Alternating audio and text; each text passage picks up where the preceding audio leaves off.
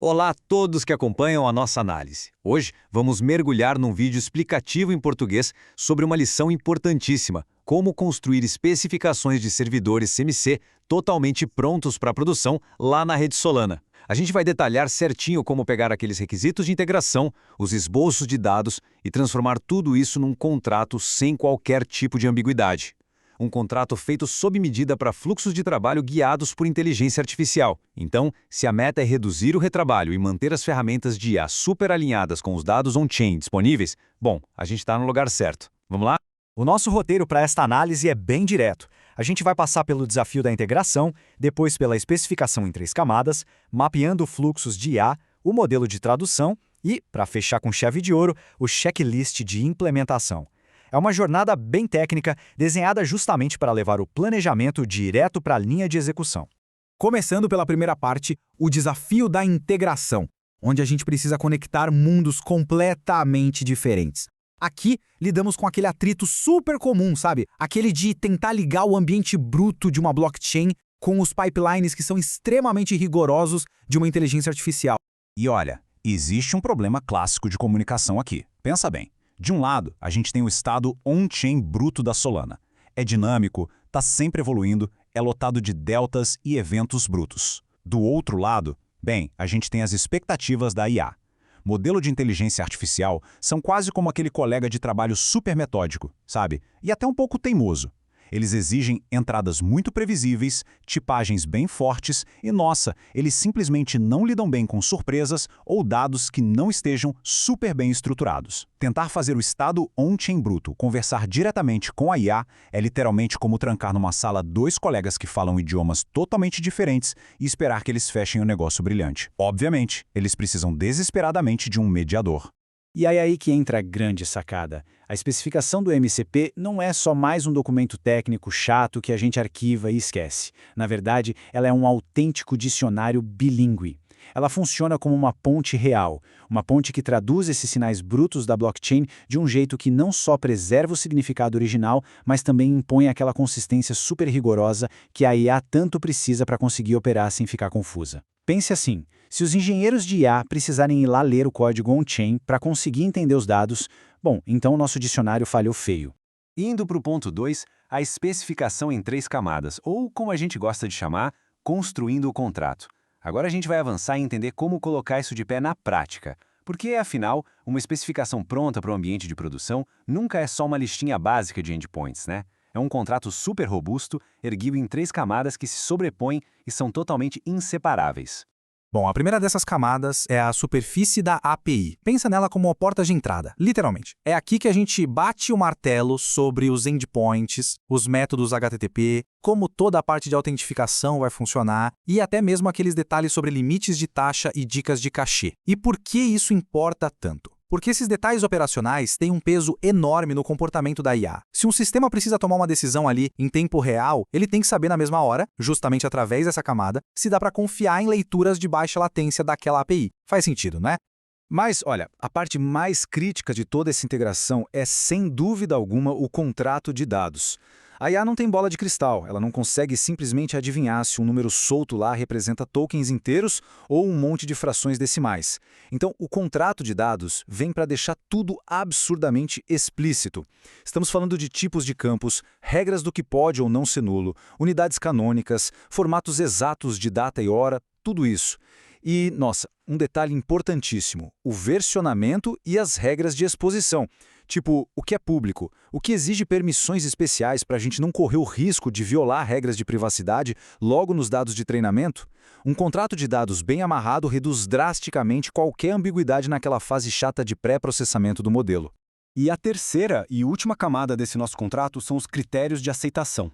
É exatamente aqui que aqueles objetivos abstratos de qualidade ganham vida e se transformam em pontos de verificação super concretos e testáveis. A gente está falando de testar a conformidade do esquema, garantir SLOs de latência, ou seja, o tempo máximo aceitável de resposta e definir limites bem duros para a atualidade dos dados. Qual é de fato a defasagem máxima que a gente pode aceitar, em segundos? São esses critérios que vão garantir que a fidelidade dos dados seja rigorosamente a mesma que o modelo assumiu lá atrás durante a fase de treinamento. Certo? Tópico 3. Mapeando fluxos de IA e os casos de uso práticos.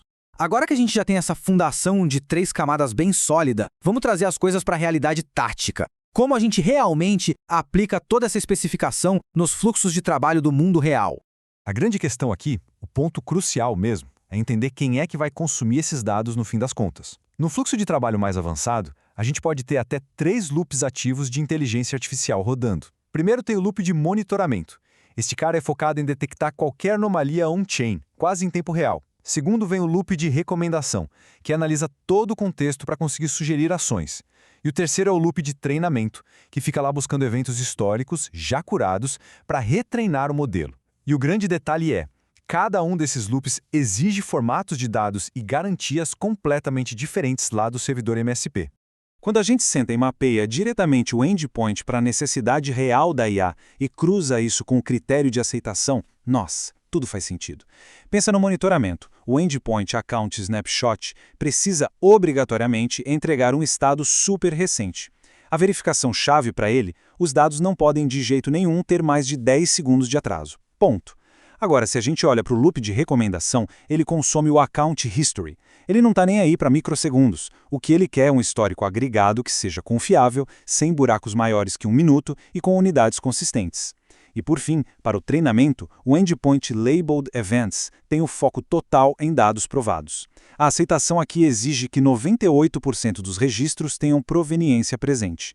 A gente precisa vincular esses dados a assinaturas de transação reais para garantir que tudo seja reprodutível. É assim que os testes vão exercitar de verdade as suposições do modelo. Vamos para a parte 4, o modelo de tradução, o nosso passo a passo. Beleza, a gente já entendeu as necessidades. Mas como é que esses endpoints são criados na prática? É agora que a gente entra naquela metodologia superacionável para construir essa estrutura. Para isso, existe um checklist de 6 passos, totalmente repetível, que faz essa mágica de transformar aqueles primitivos brutos em esquemas de IA super estáveis. Funciona assim. Passo 1. Identificar com exatidão qual conta ou evento on-chain vai ser o nosso alvo. Passo 2. Decidir de vez qual vai ser a representação canônica que a IA vai ler. Passo 3. Definir a lógica exata, o como o MCP vai fazer esse cálculo. Passo 4. Bater o martelo numa versão e documentar as regras de compatibilidade. Passo 5. Sentar e escrever aqueles critérios de aceitação que a gente acabou de discutir com um olho gigante na latência e na atualidade. E claro, o passo 6, adicionar os ganchos de observabilidade para a gente conseguir rastrear absolutamente tudo quando for para a produção. E para fixar bem esse conceito, vale muito a pena dar uma olhada num exemplo bem prático que saiu direto das fontes originais dessa lição. Imagina que a blockchain emita um evento bruto chamado Reward Distributed. Ele traz ali quem recebeu a recompensa e o valor exato em Lamports, que é a menor fração de token. O nosso dicionário bilíngue não vai simplesmente jogar isso para frente de forma bruta, não mesmo. Ele traduz esse conteúdo inteiro, passando por aqueles 6 passos, até virar um campo derivado chamado Recipient_Balance_Rafter, ou o saldo de quem recebeu logo após a distribuição. O servidor calcula o dado exatamente no momento do bloco, normaliza aquela unidade matemática chata de Lamports para valores que a gente consegue ler normalmente e já documenta as regras de arredondamento. É assim que a gente evita que o modelo de IA tenha que ficar fazendo matemática complexa, liberando ele para focar só na parte que importa, a análise. E assim, a gente entra na nossa 5ª e última sessão, o checklist de implementação, preparando o terreno para a produção. Antes de entregar essa arquitetura incrível para o pessoal começar a construir o servidor em código, a gente precisa revisar este checklist que é literalmente vital. Porque, convenhamos, uma API não sobrevive apenas de casos de sucesso, né? A operação no mundo real é bem caótica e a nossa especificação tem que prever tudo isso. Quando a gente vincula os requisitos que são não funcionais aos critérios de aceitação, a gente garante que nenhuma surpresa passe batida para a produção. Por exemplo, como o servidor vai avisar que a IA está pedindo dados rápido demais? O comportamento sobre limites de taxa tem que ser super claro. E como a gente se protege para garantir que uma gravação não seja feita 2 vezes se a rede falhar? Bom, adicionando chaves de idopotência, usar cabeçalhos de rastreamento, ter semânticas claríssimas para novas tentativas e padronizar totalmente os códigos de erro. Olha, é isso que separa um experimento isolado de uma infraestrutura corporativa robusta, de fato preparada para IA. E isso nos traz a reflexão final deste nosso guia de hoje. Quando paramos para avaliar uma infraestrutura que ainda está ali na fase de planejamento, a grande pergunta que fica no ar é: a especificação atual traduz perfeitamente os dados on-chain para a IA? Ela age de verdade como aquele dicionário bilíngue impecável? Ou será que os modelos vão ter que decifrar toda a bagunça da blockchain sozinhos? Ter um contrato de dados rigoroso, muito bem versionado e totalmente testável não é apenas uma boa prática, é simplesmente o requisito número 1 para garantir o sucesso em fluxos de desenvolvimento orientados por inteligência artificial. Fica aí essa provocação essencial para quem já está pensando na fase prática de implementação. Encerramos essa análise por aqui. Um grande abraço e até mais.